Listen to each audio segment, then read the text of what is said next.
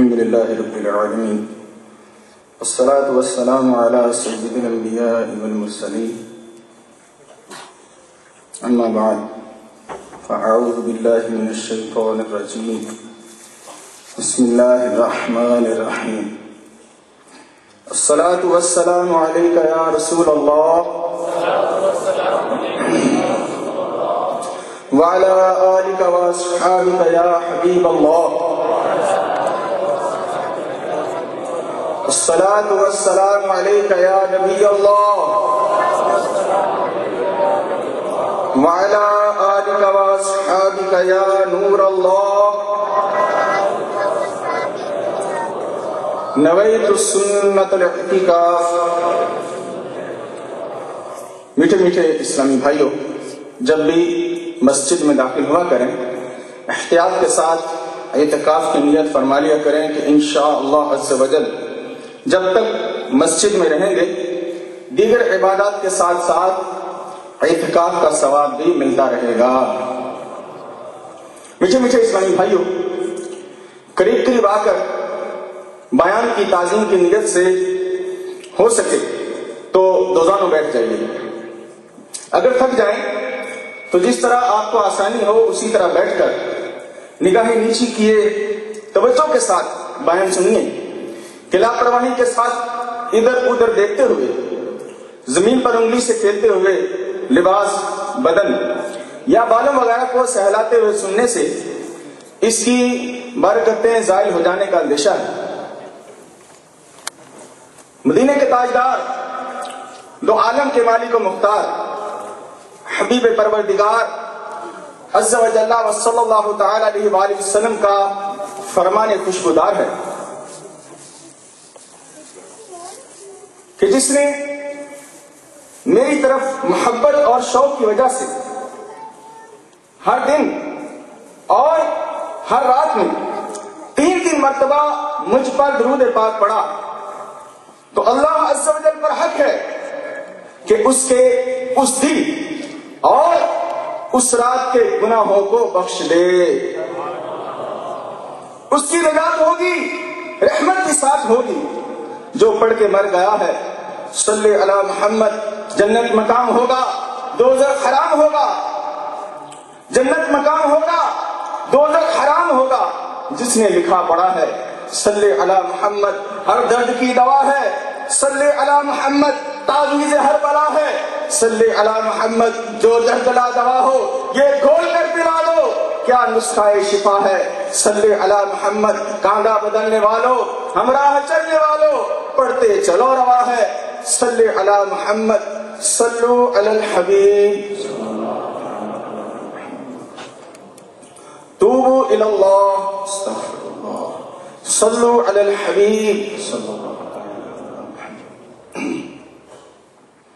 میٹھے میٹھے اسلامی بھائیوں، ایسے پرفتن حالات میں کہ ارتکاب گناہ بے حد آسان اور نیکی کرنا بے حد مشکل ہو چکا ہو اور نفس و شیطان ہاتھ دھو کر انسان کے پیچھے پڑے ہوں، انسان کا گناہوں سے بچنا بے حد دشوار ہو. لیکن یاد رکھیے گناہوں کا انجام ہلاکت و رسوائی کے سوا کچھ نہیں. لہذا اس سے پہلے کہ پیام اجل آن پہنچے اور ہم اپنے عزیز و اقربا کو روتا چھوڑ کر اور دنیا کی رونقوں سے منہ موڑ کر قبر کے ہولناک اور تاریک گڑھے میں ہوں، ہزاروں مردوں کے درمیان تنہا سو جائیں، ہمیں چاہیے کہ ان گناہوں سے چھٹکارے کی کوئی تدبیر کریں. اس کے لیے ضروری ہے کہ ہم اپنے پروردگار عز و جل کی بارگاہ میں سچی توبہ کریں، کیونکہ سچی توبہ ایسی چیز ہے جو ہر قسم کے گناہ انسان کے نام اعمال سے دھو ڈالتی ہے. جیسا کہ قرآن پاک میں ارشاد ہوتا ہے، ترجمہ کنز الایمان، اور وہی ہے جو اپنے بندوں کی توبہ قبول فرماتا اور گناہوں سے درگزر فرماتا ہے اور جانتا ہے جو کچھ تم کرتے ہو. سرور عالم نور مجسم شاہ بنی آدم صلی اللہ تعالی علیہ وآلہ وسلم نے ارشاد فرمایا، یعنی گناہوں سے توبہ کرنے والا ایسا ہے کہ گویا اس نے کبھی کوئی گناہ کیا ہی نہ ہو.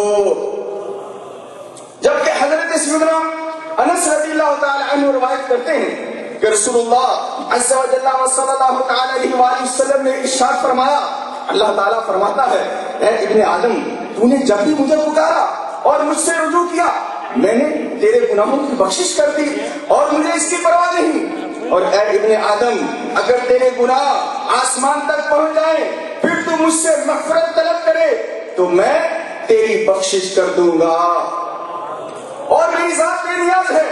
اے ابن آدم، اگر تیری مجھ سے ملاقات اس حالت میں ہو کہ تیرے گناہ پوری زمین کو گھیر لیں لیکن تو نے شرک کا ارتکاب نہ کیا ہو تو میں تیرے گناہوں کو بخش دوں گا۔ اور حضرت سیدنا انس رضی اللہ تعالیٰ عنہ سے روایت ہے کہ رسول اللہ عز و جل صلی اللہ تعالیٰ علیہ وآلہ وسلم نے فرمایا کہ جب بندہ اپنے گناہوں سے توبہ کرتا ہے تو اللہ عز و جل لکھنے والے فرشتوں کو اس کے گناہ بھلا دیتا ہے، اسی طرح اس کے اعضاء یعنی ہاتھ پاؤں کو بھی بھلا دیتا ہے اور اس کے زمین پر نشانات بھی مٹا ڈالتا ہے، یہاں تک کہ قیامت کے دن جب وہ اللہ عز و جل سے ملے گا تو اللہ عز و جل کی طرف سے اس کے ذمے پر کوئی گناہ نہ ہوگا اور نہ ہی اس پر کوئی گواہ ہوگا۔ صلو علی الحبیب۔ میٹھے میٹھے اسلامی بھائیوں، سچی توبہ کرنے والوں خوش نصیبوں کو اللہ عز و جل معافی کے ساتھ ساتھ دیگر انعامات سے بھی نوازتا ہے، جن کا تذکرہ آپ کی خدمات میں عرض کرتا ہوں، توجہ سے سماعت فرمائیے۔ رب تعالیٰ فرماتا ہے ترجمہ کنز الایمان، اور اللہ عز و جل کی طرف توبہ کرو اے مسلمانوں سب کے سب اس امید پر کہ تم فلاح پاؤ۔ تو اس کا مطلب یہ ہوا کہ سچی توبہ کرنے والے کو اللہ عز و جل فلاح اور کامرانی عطا فرماتا ہے۔ دوسرا انعام توبہ کرنے والے کو یہ ملتا ہے کہ اللہ عز و جل اسے اپنا محبوب بنا لیتا ہے۔ اللہ تعالیٰ نے ارشاد فرمایا ترجمہ کنز الایمان، بے شک اللہ عز و جل پسند کرتا ہے بہت توبہ کرنے والوں کو۔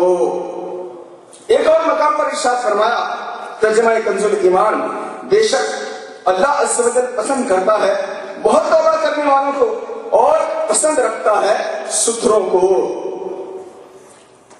تیسرا فائدہ توبہ کرنے والے کو یہ ملتا ہے کہ اللہ عز و جل کی رحمت اسے حاصل ہو جاتی ہے۔ اللہ عز و جل فرماتا ہے ترجمہ کنز الایمان، وہ توبہ جس کا قبول کرنا اللہ عز و جل نے اپنے فضل سے لازم کر لیا ہے، وہ انہی کی ہے جو نادانی سے برائی کر بیٹھیں پھر تھوڑی دیر میں توبہ کر لیں۔ ایسوں پر اللہ عز و جل اپنی رحمت سے رجوع کرتا، اور اللہ عز و جل علم و حکمت والا ہے۔ اور فرماتا ہے ترجمہ کنز الایمان، تو جو اپنے ظلم کے بعد توبہ کرے اور سمجھ جائے تو اللہ عز و جل اپنی مہر سے اس پر رجوع فرمائے گا۔ چوتھا فائدہ اسے یہ حاصل ہوتا ہے کہ اللہ عز و جل اس کی برائیوں کو، اس کے گناہوں کو نیکیوں میں تبدیل فرما دیتا ہے۔ اللہ تعالیٰ فرماتا ہے ترجمہ کنز الایمان، مگر جو توبہ کرے اور ایمان لائے اور اچھا کام کرے تو ایسوں کی برائیوں کو اللہ عز و جل بھلائیوں سے بدل دے گا، اور اللہ عز و جل بخشنے والا مہربان ہے۔